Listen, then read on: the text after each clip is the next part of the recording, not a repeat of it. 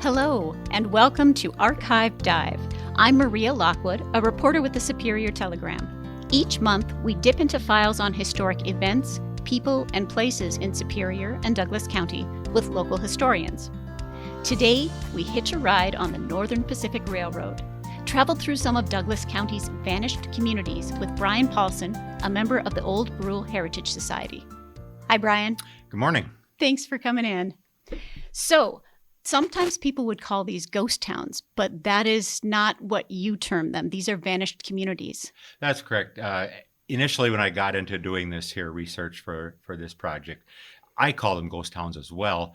But as time went on, I just preferred to call them abandoned communities or vanished communities. And simply because, for an accuracy point of view, that these weren't towns, they were settlements, hamlets that were located within the large and expansive town of Brule. And back in 1900, and that's kind of the period of time we'll be looking at here today, during 1900, Brule covered a huge area in Douglas County, basically covered the northern third of the county. The boundaries were from the city limits of Superior all the way eastward to the Bayfield County line and stretched from the shores of Lake Superior all the way down to what is now County Highway B. So it covered the northern third of Douglas County. And that was the official township at the time. And all these settlements were located within the expansive town of Brule. Okay. And can you tell me why these communities sprung up so suddenly and why they disappeared? Yeah, basically 90% of them formed for the same reason. And that was basically due to the logging boom that was beginning to happen at the time. At this time, well, it even started earlier in the 1860s, there was a great expansion of the central states in this country and the western states, which started a huge a huge building boom. Well, in order to supply and meet the demand of all these new buildings, you had to have the lumber from somewhere, and that lumber come from our backyard in the form of our white pines. So that drew a lot of people into our area. Logging and the sawmill business was a very labor-intensive industry at the time, so it required a lot of manpower. And at the same time, there were railroads being built into this community as well, Superior and Duluth, coming up from this southern part of the states. There was 4 major railroads, and the logging boom and the railroads pretty much worked hand in hand in bringing the people up here. And the railroads almost determined where these communities formed simply because there was no form of transportation or very little form of transportation out in the rural areas of Douglas County at the time. And that's where these towns formed, about 90% of these towns settling along these new railroad lines. So to sum that up, it was the logging boom drew the people in here. And the railroads kind of determined where these new settlements were forming because of the transportation source they provided. Okay, excellent. So we're going to start on the edge of Superior and head east along the Northern Pacific Railroad line. Yes, and in the past when I've done this presentation, done it live in front of a group of people. So we had the benefit of PowerPoint presentation complete with maps and photographs and documents. Today, since this is a audio format, we're going to have to use our imagination a little bit more. And I guess how I would like to do it is we can imagine that we had just bought a ticket and we're boarding one of these passenger trains heading out of Superior. And as you said, it's going to be along the Northern Pacific here. So we'll discuss some of these towns as they appear as we look out the windows of our coach. All right. So we're starting out, and what would be the first community we would encounter? Okay, heading east on the NP. We've just got our ticket from the depot agent at Old Town Superior, and we're on train number 3 on our journey heading to Ashland. The first community we come to is Parkdale. That's about 2 miles out of Superior, and just in case you're wondering where Parkdale would have been, it was located where what is now Highway 13 crossed the Northern Pacific Railroad tracks. At that time, it was not Highway 13. It was known as the Lakeside Road. But that's where Parkdale was located. And this is not to be confused with Parkland, which is a couple miles to the west. But Parkdale had not a large number of people that lived there. It was basically farmland after the logging had ended. So there was a cluster of farms in the area there. But they did have a depot there. And so if a person wanted to catch a train into town or to visit neighbors in the next town, they had that resource there. There was a depot there. In later years, when road improvements were made in that area, people could drive their cars into Superior, so the train wasn't used as much for passengers service. But they did continue what was called the flag stop service there, the railroad did. And so there was no agent on hand. You could just pick a flag out of a stand there and prop it up in another stand, and that would give an indication to the engineer of the oncoming train that they needed to stop there. Either there was passengers, freight, or milk and cream cans to pick up to be brought to the creamery in Superior. That was about the only method in those days to get their goods, the dairy goods, cream and milk, into Superior was the train. So, not a lot of activity in that Parkdale area. Simply because it was basically farmland, but there was a number of farms and people in the area. Okay. And we're going to continue eastward on our train ride here. The next settlement, real similar to Parkdale, was Cutter. And that was located on Highway UU, or also known as W, where that crossed the Northern Pacific Railroad tracks. Kind of interesting how Cutter got its name. It was named after a railroad conductor back in 1884. His name was Bernard Cutter, and he was known to be a real loud, gregarious person, kind of one of the people that would stand out in a crowd. And for that reason, I guess he got this little settlement named after him. And again, Cutter was settled primarily because of the logging. After the logging, farmland had been cleared out of the cutover area, and a number of farms were in the area. Again, there was a depot there. There was also a siding there and a set-out track so that lumber could be shipped in or out of town there.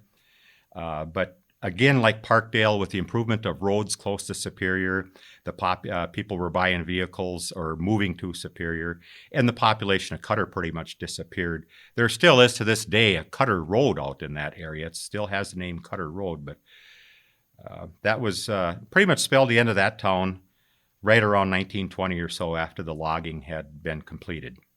Okay, excellent.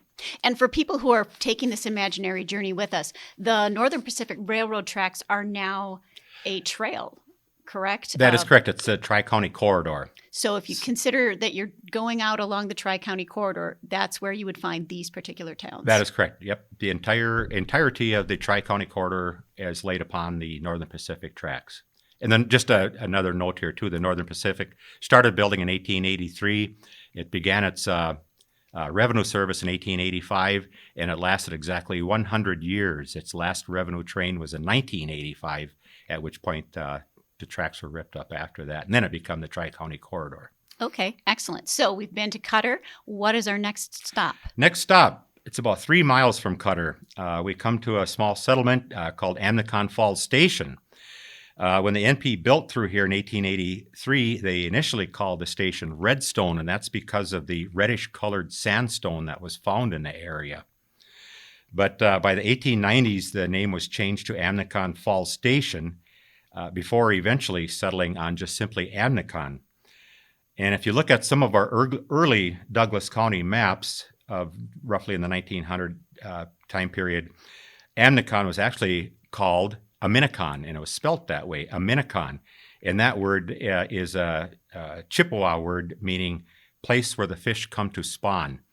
And I guess the way I take that is the fish would come up from Lake Superior up the Amnicon River. They'd reach the Amnicon Falls area, at which point they couldn't pass over the falls, so they spawned down below, and that was a good fishing area for the Native Americans at that time. But that's how it got its name, Aminicon.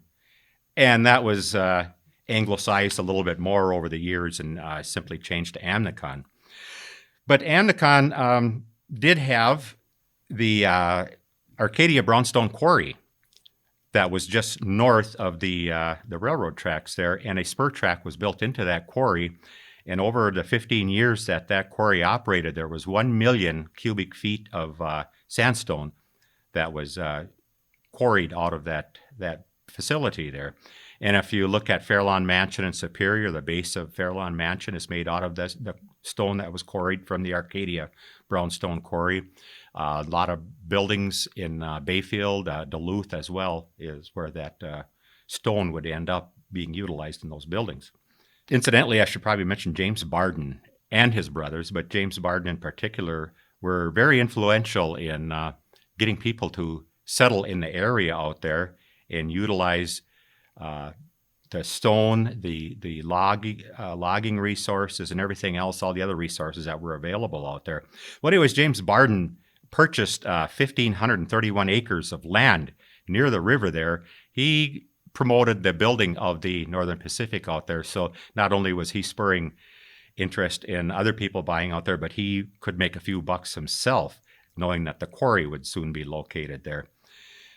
In later years, once the quarry closed down, the logging was over, Mr. Barden donated all of that 1,531 acres to the Wisconsin State Park System, which is now Amnicon Falls State Park. There was a school located here at Amnicon Falls Station, and it was a 2-story, rather large school, but it only operated for about 10 years before it closed its doors, and the students were sent to neighboring Rockmont or Wentworth. But interesting little community there with a bit of history. And now we're leaving Amnicon Falls Station, okay, and we're heading for Wentworth. Now, Wentworth, I think a lot of listeners know where that's at, so I won't spend much time on it because it's still an existing little hamlet out there. The Amnicon Town Hall is located at Wentworth. But now it's pretty quiet there now. Back in the day when Wentworth was booming, it boasted of 2 stores, 2 churches, a school, a post office, gas station, a garage, a depot, freight house, stockyard, and we can't forget Toots Doll Clinic. There was actually a doll clinic out there even up into the later years. This lady, last name of Johnson, started a business out there repairing dolls. It doesn't sound like there'd be a large demand for it, but it was a business and a career she started for herself, and that doll clinic actually lasted, I think, into the 50s. I even recall it myself, maybe Really? even into the 60s. But yeah, it was just an interesting little place that a lot of people remember, a lot of the older timers remember in that area. I didn't realize it had lasted that long. Yeah, it was one of the businesses that stuck around for a while. It didn't get its start way back in the logging days by any means, but I think that probably started probably around 1950 or something like that, and then it continued for 15 years or so. Okay. But it was an established business out there that many people, like I say, especially the old timers, do remember. It's kind of a unique little business. Mm-hmm. And just a note, too, on how Wentworth got its name, a little bit of an interesting story there, if it's actually indeed true. But there was a gentleman that settled here in 1879, so he was one of the very early settlers in that area.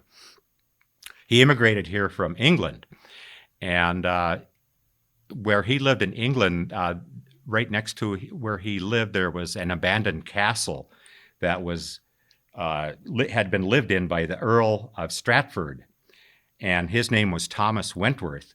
Well, this gentleman that immigrated here thought that the countryside in his new homeland here reminded him so much of the country where he come from, where the abandoned castle was, that he named Wentworth after Thomas Wentworth, who was the Earl of Stratford.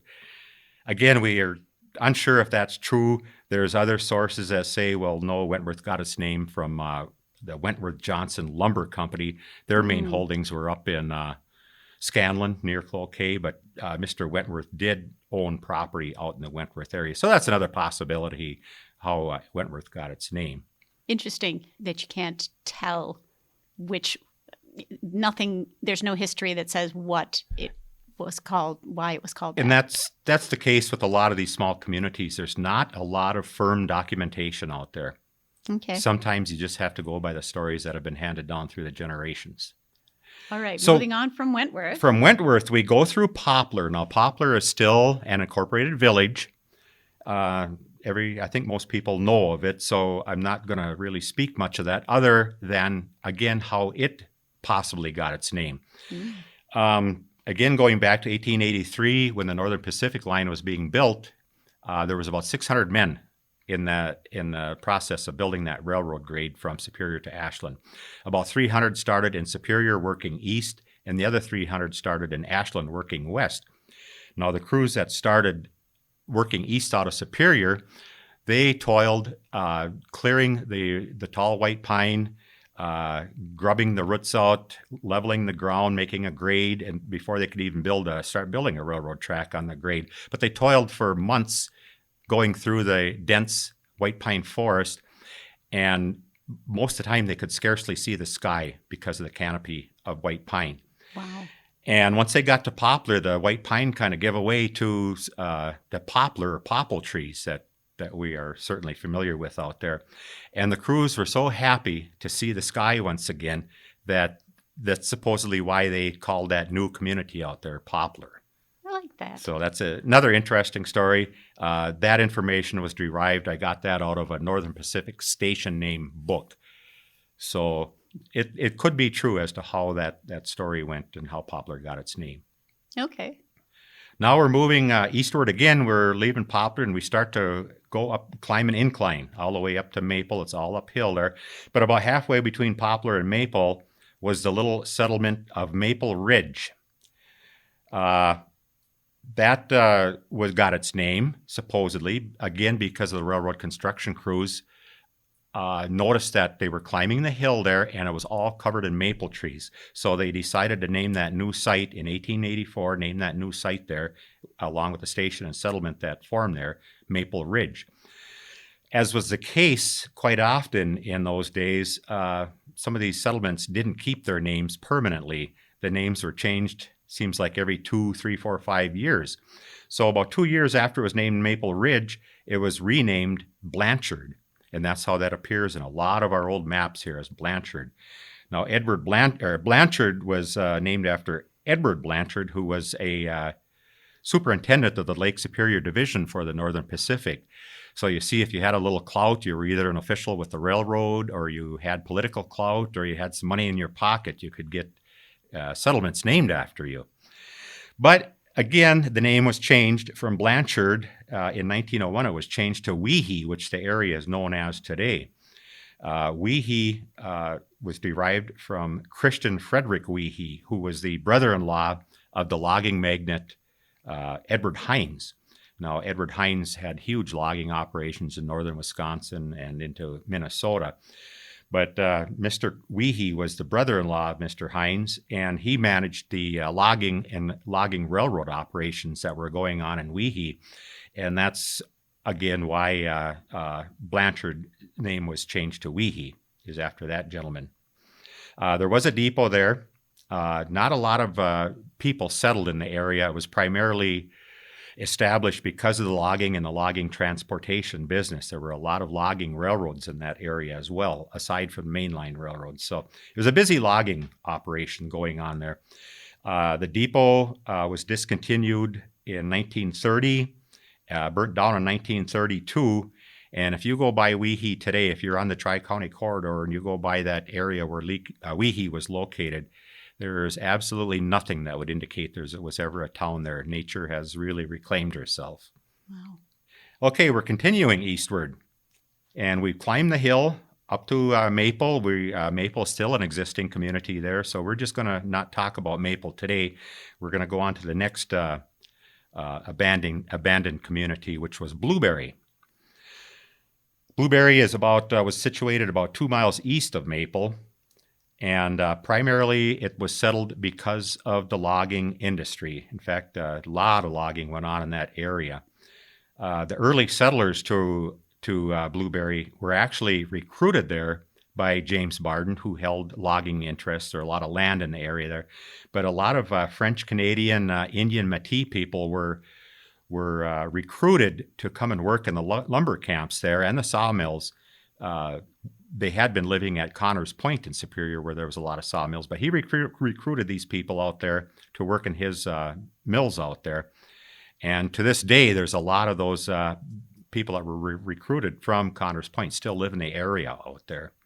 But Blueberry was a booming town for a number of years there. It could also boast of a general store, a school, a Catholic church, which actually lasted, I think it was up into the 1950s.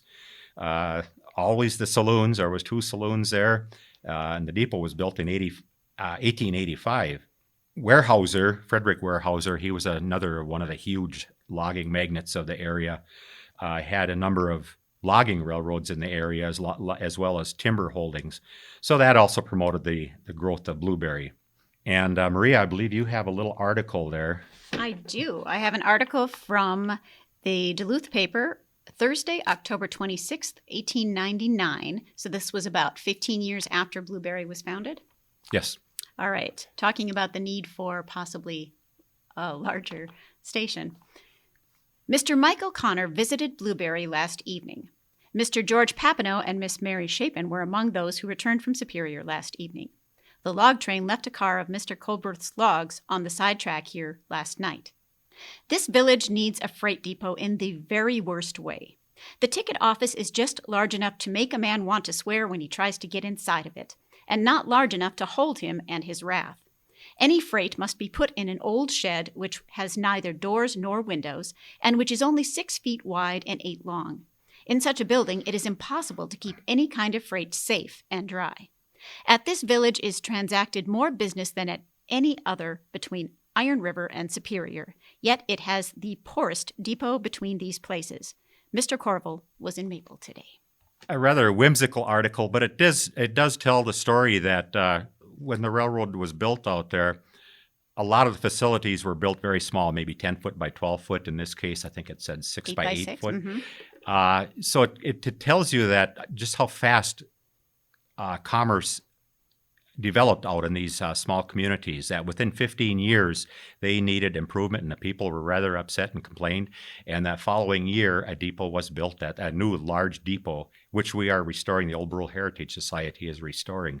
But that the building that we have now was built in 1900, and I believe it's about 17 foot by 36 foot. So it better served the people of the community. But that story went on through all of these communities located along the lines, the fast growth and the need for larger facilities to help the people along that lived there. Now we're going to be moving on. We're going east. We're going to our last station that we're going to be talking about here, and it's Bellwood. Again, if you go by Bellwood today, there's Bellwood Road. The sign is on the road there, but that's about all that tells you there was ever a settlement there. Bellwood was located about 1.5 miles east of Blueberry, and the town was named after Merton J. Bell, a very interesting figure in those days. He was active in the lumber and milling business at the time. He first moved up into the area here in 1886 and worked on surveying crews and cruising parties for various timber companies. And one of his first private ventures was a state-of-the-art, as it was called, sawmill located near Troy on the South Shore railroad tracks. But in 1901, he had depleted the logs down in that Troy area, so he moved his mill up to Bellwood, where the new town would form. Kind of an interesting story that I come across with his moving all of his equipment and milling material up to Bellwood, is he got permission from the Northern Pacific Railroad to move his wagons loaded with all of his sawmill equipment, traveling mostly on the NP tracks, and there was a few provisions that he had to meet to make that move that the Northern Pacific made him do. He could only do it on after a 9:30 eastbound passenger train passed.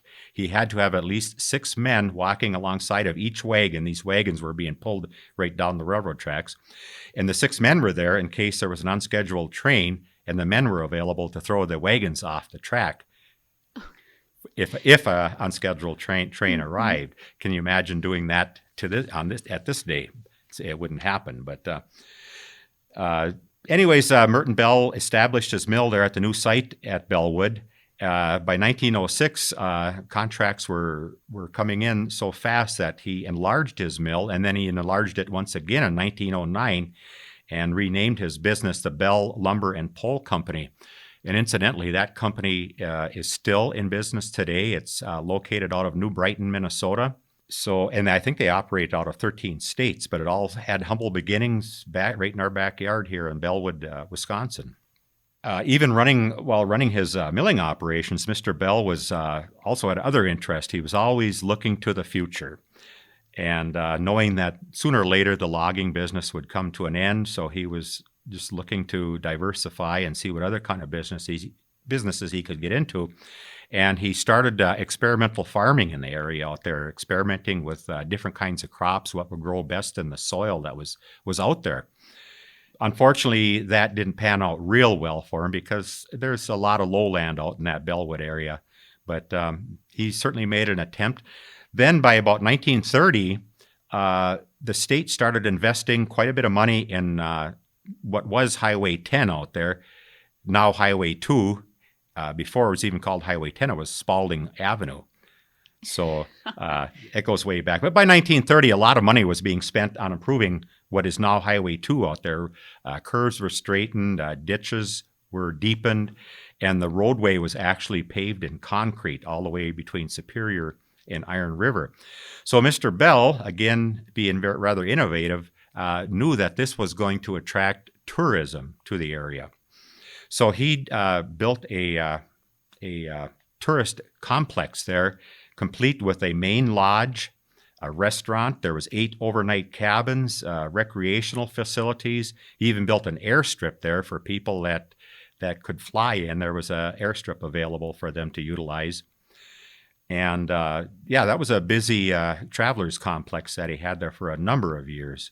Among other endeavors, Mr. Bell was active in local politics.